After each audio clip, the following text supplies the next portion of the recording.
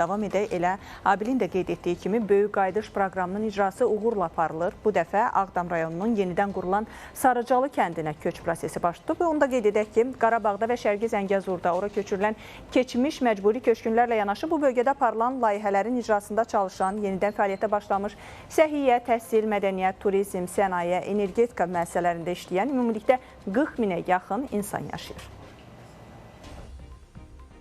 Ağdamın Sarıcalı kəndinə növbəti köç karvanı yola salınıb. Bu mərhələdə Sarıcalı kəndinə 28 ailə, daha dəqiq desək 110 nəfər köçürülüb. Bugünkü köçdə nəzərə alınmaqla kəndə qayıdan ailələrin ümumi sayı 37-yə çatıb. Əzəli torpaqlarımıza dönən yurt həsrəti çəkənlər arasında cavanlar da var, elə yaşlılar da. Sarıcalı kənd sakini 78 yaşlı Şəhla Əliyeva deyir ki, yaşı imkan versəydi Ağdamın hər qarşını ayaqyalın gəzərdi. Onun sözlərinə görə 46 yaşında məcburi şəkildə köçkün düşdüyü ata-baba ocağına qayıdacağı anı səbirsizliklə gözləyib. Şəhla Əliyeva əminliklə bildirir ki, yaxın gələcəkdə Ağdam öz əzəmətinə yenidən qayıdacaq. Hər kətdə simsar var, el-oba var, qohum övlad var. Gedirik də görək, inşallah yaxşı olar. Atasından, anasından eləlir, nəvəm getmək istəyir yeni rayona. Özdə sağlığınıza oxuyub da həkimdir. Deyir, gedim öz vətənimdə, öz elimdə, Ağdamımda. Oralardan da Şuşanı arzulayır, Laçını arzulayır, gedib gəzməyi arzulayır.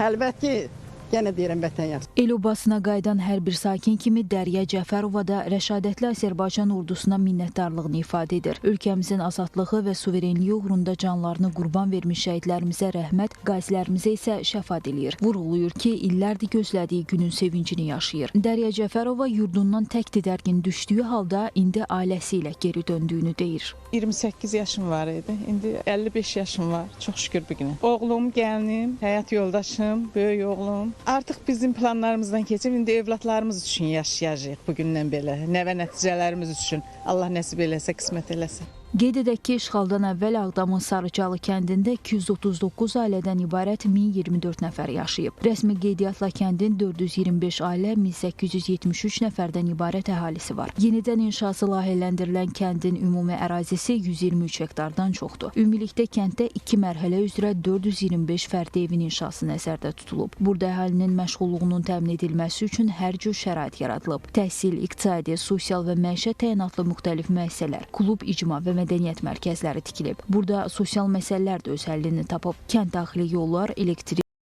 su xətləri çəkilib. Qaz təchizatı təmin olunub.